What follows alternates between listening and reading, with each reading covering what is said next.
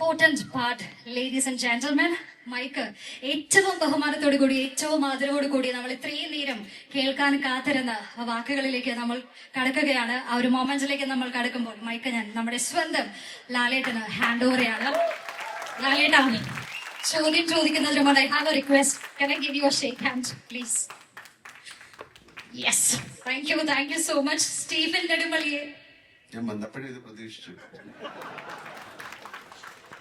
ഇത്രയും അടുത്ത ലാലേട്ടനെ കാണുമ്പോൾ സ്റ്റീഫൻ നെടുമ്പള്ളി, അബ്രാം ഖുറേഷി, എല്ലാ ക്യാരക്ടേഴ്സും ഇങ്ങനെ if you can touch me, I'm ice cold now. I don't know what I'm speaking. Absolute fangirl moment. അപ്പോൾ അബ്രാം ഖുറേഷിനെ കാണാൻ, സ്റ്റീഫൻ നെടുമ്പള്ളിനെ നമ്മൾ കാണാനായിട്ട് ഇനി ഏകദേശം മണിക്കൂറുകൾ മാത്രം ബാക്കി നിൽക്കുമ്പോൾ എല്ലാവരോടും എന്താണ് ലാലേട്ടന് പറയാനുള്ളത്? ഓ ചെയ്യും. ഗുഡ് ഈവനിങ് എല്ലാവർക്കും. Warm welcome. ഇതിലേക്ക് ഈ ഒരു ചെറിയ ചടങ്ങിലേക്ക് വന്നതിന് ഒരുപാട് സന്തോഷം. എമ്പുരാൻ എന്ന സിനിമയെക്കുറിച്ച് കൂടുതലൊന്നും പറയുന്നില്ല, എല്ലാവരും പറഞ്ഞു കഴിഞ്ഞു. പക്ഷെ അതിനുമുമ്പ് എനിക്ക് പറയാനുള്ളൊരു വലിയ നന്ദിയാണ്, ഒരു ഗ്രാറ്റിറ്റ്യൂഡാണ്. കാര്യം സാധാരണ സിനിമകൾ ഇറങ്ങിക്കഴിഞ്ഞതിന് ശേഷം അതിൽ വളരെ സക്സസ്ഫുള്ളായി മാറിക്കഴിയുമ്പോൾ നമ്മൾ ഒരുപാട് പേരോട് നന്ദി പറയും. പക്ഷെ ഈ സിനിമയ്ക്ക് ഒരു പ്രത്യേകത എന്ന് പറഞ്ഞാൽ ഈ സിനിമ ഇറങ്ങുന്നതിന് മുമ്പ് തന്നെ ഒരുപാട് പേരോട് നമുക്ക് നന്ദി പറയാൻ സാധിക്കുന്നു. അതിലേറ്റവും ഏറ്റവും കൂടുതൽ നന്ദി പറയേണ്ടത് പ്രേക്ഷകരോടാണ്. ഈ സിനിമയ്ക്ക് വേണ്ടി കാത്തിരിക്കുന്ന ലക്ഷക്കണക്കിന് പ്രേക്ഷകരോട് നന്ദി ഈ അവസരത്തിൽ ഞാൻ പറയാണ്. Thank you so much. കേരളത്തിൽ മാത്രമല്ല, ഇന്ത്യയിൽ മാത്രമല്ല, ലോകം മുഴുവൻ ഈ സിനിമയെ ഉറ്റുനോക്കിക്കൊണ്ടിരിക്കുകയാണ്. ഇതൊരു അത്ഭുതമായി മാറിയിരിക്കുകയാണ്. ആന്റണി പറഞ്ഞ പോലെ ഇതൊരു സ്വപ്നമാണോ എന്ന പോലും നമുക്ക് തോന്നുന്ന തരത്തിൽ അത്രയും വളർന്നു കഴിഞ്ഞു എമ്പുരാൻ. നമ്മളൊരു സിനിമ തുടങ്ങുന്ന സമയത്ത് ഇത് ഏറ്റവും വലിയ ഹിറ്റായി മാറണേ എന്ന് പ്രാർത്ഥിച്ചുകൊണ്ടാണ് സിനിമകൾ തുടങ്ങുന്നത്. ഞാൻ സിനിമയിൽ വന്നിട്ട് 47 വർഷമായി. ഗോപാലേട്ടൻ പറഞ്ഞ പോലെ എനിക്ക് സിനിമ മാത്രമേ അറിയുള്ളൂ. ഞാൻ സിനിമയിൽ തന്നെയാണ് വളർന്നത്. കാര്യം വളരെ ചെറുപ്പത്തിൽ തന്നെ സിനിമയിലേക്ക് വന്നു. പക്ഷെ എനിക്ക് ഒരുപാട് പേരുടെ അനുഗ്രഹം കിട്ടിയിട്ടുണ്ട്. ഞാൻ വന്ന സമയത്ത് ഏറ്റവും വലിയ ആക്ടേഴ്സ്, നസീർ സാറായാലും മധു സാറായാലും തിക്കുറിശി sir, SP Pillai sir, Nedumudi വേണിച്ചൻ, ഒരുപാട് പേരുടെ, സുഖേട്ടൻ, അല്ലെങ്കിൽ ഞാൻ ജയന്റെ കൂടെ അഭിനയിച്ചിട്ടുണ്ട്. അവരുടെയൊക്കെ അനുഗ്രഹത്തോടു കൂടി ഗോപിച്ചേട്ടൻ, തമിഴിലാണെങ്കിൽ Sivaji Ganesan sir, Amitabh Bachchan sir, Nageshwar Rao sir, Rajkumar sir, ഒത്തിരി പേരുടെ ഒരു അനുഗ്രഹത്തോടു കൂടി വന്ന ഒരാളാണ് ഞാൻ. അപ്പം അവരുടെയൊക്കെ ചിട്ടയായ ഒരു സിനിമയോടുള്ള ഒരു സ്നേഹം മനസ്സിലാക്കി ജീവിക്കുന്ന ഒരാളാണ് ഞാൻ. അതുകൊണ്ട് എനിക്ക് സിനിമ അല്ലാതെ വേറെ ഒന്നും ചിന്തിക്കാനുള്ള സമയം കിട്ടിയിട്ടില്ല. ഇനിയിപ്പോൾ ചിന്തിക്കാനുള്ള സമയമില്ല. എന്തായാലും ഞങ്ങൾ കുറേ സിനിമകൾ എടുത്തിട്ടുണ്ട്. വളരെ കാലം മുമ്പ് നമ്മൾ കലാപാനി എന്നൊരു സിനിമ എടുത്തു. അത് പാൻ ഇന്ത്യൻ അങ്ങനെ ഒന്നും പറയുന്ന ഒരു വാക്കോ കാര്യങ്ങളോ ഇല്ല. മലയാള സിനിമയിൽ നിന്ന് അങ്ങനെ ഒരു സിനിമ ഉണ്ടാകുക എന്ന് പറയുന്ന അത്ഭുതമായിരുന്നു. ഞാൻ വാനപ്രസ്ഥം എന്നൊരു സിനിമ എടുത്തിട്ടുണ്ട്. അതൊക്കെ സിനിമയിലേക്ക് അത്ഭുതങ്ങൾ ഉണ്ടാക്കി കൊടുത്തതാണ്. അതിന്റെ സാമ്പത്തിക ഭദ്രതയെക്കുറിച്ചോ അല്ലെങ്കിൽ സാമ്പത്തിക നേട്ടത്തിനെ കുറിച്ചോ അല്ല ഞാൻ പറയുന്നത്.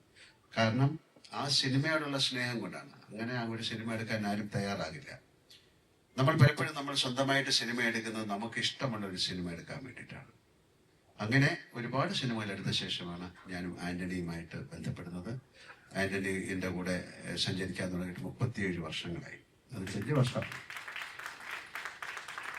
അന്ന് ചേർന്നത് മുതൽ സിനിമയല്ലാതെ അദ്ദേഹത്തിന് വേറെ ഒരു ചിന്തയുമില്ല.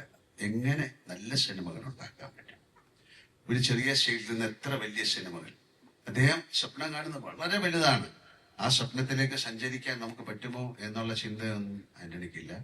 അങ്ങനെ തുടങ്ങി അദ്ദേഹത്തിന് അത് സാധ്യമാക്കാൻ ഒരാളെ കിട്ടി. അതാണ് പൃഥ്വിരാജ് എന്ന് ഞാൻ വിശ്വസിക്കുന്നത്. അതൊരു നിമിത്തമാണ്. അപ്പൊ അതിന് ആദ്യം പൃഥ്വിയോട് നന്ദി പറയുന്നു, മുരളി ഗോപിയോട് നന്ദി പറയുന്നു, ആന്റണിയോട് വലിയൊരു നന്ദി പറയുന്നു. കാര്യം ഇതൊരു തോന്നലാണ്. അത് മെറ്റീരിയലൈസ് ചെയ്യുക എന്ന് പറയുന്നത് അത്ര എളുപ്പമുള്ള കാര്യമല്ല. അങ്ങനെ ആ തോന്നലിൽ നിന്ന് ഒരുപാട് സിനിമകൾ ഉണ്ടായിട്ടുണ്ട് ഞങ്ങളുടെ. ഇത് 34ാമത്തെ സിനിമയാണ്. 35ാമത്തെ സിനിമ ഇപ്പൊ നടന്നുകൊണ്ടിരിക്കുകയാണ്, ഹൃദയപൂർവ്വം എന്ന സത്യനന്ദിക്കാരുമായിട്ടുള്ള ചിത്രം. എന്തായാലും ആന്റണി പറഞ്ഞതുപോലെ ഇത് ലൂസിഫറിന്റെ വിജയമാണ് എമ്പുരാൻ എന്ന സിനിമയുടെ തുടക്കം. ഇപ്പൊ രാജു പറഞ്ഞിട്ടില്ലെങ്കിൽ തന്നെ ഞാൻ പറയാം, ഈ കഥ 3 സിനിമകളായിട്ടാണ് വരുന്നത്. കാരണം ഇവർക്ക് ഓൾറെഡി അതിൻ്റെ ഒരു കഥയുടെ രൂപമുണ്ട്, ഇതെല്ലാം അവർ തയ്യാറാണ്. തുടങ്ങുമ്പോൾ തന്നെ പറഞ്ഞു ഇത് ഈ കഥ ഒരു സിനിമയിൽ നമുക്ക് പറയാൻ പറ്റില്ല. സാധാരണ സീക്വൻസ് എന്ന് പറയുന്ന ഒരു സിനിമയുടെ വിജയം, ഇപ്പൊ ദൃശ്യം എന്നുള്ള സിനിമ വളരെ വിജയമായിരുന്നു. അതുകൊണ്ട് ഞങ്ങൾ അടുത്ത ദൃശ്യത്തിന്റെ സെക്കൻഡ് പാർട്ട്, അങ്ങനെ ഒരു സംവിധാനം വളരെ കാലം മുമ്പേ ഞങ്ങൾ ചെയ്തിട്ടുണ്ട്. കിരീടം ചെയ്തിട്ടുണ്ട്, അല്ലെങ്കിൽ നാടോടിക്കാറ്റിന്റെ സീക്വലുകൾ ചെയ്തിട്ടുണ്ട്. പക്ഷെ സീക്വലുകൾ വളരെ സൂക്ഷിച്ച് ചെയ്യേണ്ട കാര്യമാണ്. പക്ഷെ ഇത് ഓൾറെഡി നമ്മൾ പറഞ്ഞു കഴിഞ്ഞു, ഞങ്ങൾ ഇങ്ങനെ 3 സിനിമ ചെയ്യും. എങ്ങനെ? ഇതിന്റെ സക്സസ് അനുസരിച്ചാണ് അടുത്ത സിനിമ. അങ്ങനെ ലൂസിഫറിന്റെ 50-ാം ദിവസം നമ്മൾ പറഞ്ഞു ഞങ്ങൾ അടുത്തൊരു സിനിമ ചെയ്യാൻ പോവാണ്, എമ്പുരാൻ. അന്ന് ഇത് എത്ര വലിയൊരു സിനിമയായി മാറുന്നൊന്നും നമുക്കറിയില്ല. ഇപ്പൊ നമ്മൾ പറയുന്നു എമ്പുരാന്റെ അവസാനം നമ്മൾ പറയുന്നത് ഇതിനൊരു തേർഡ് പാർട്ടുണ്ട്. അത് എമ്പുരാൻ എന്ന സിനിമയുടെ സക്സസിനെ അനുസരിച്ചിരിക്കും. കാര്യം അത് ഇതിലും വലിയൊരു സിനിമയായിട്ട് മാറാൻ സാധ്യതയുള്ള സിനിമയാണ്. അങ്ങനെ സംഭവിക്കട്ടെ, പ്രാർത്ഥിക്കാം.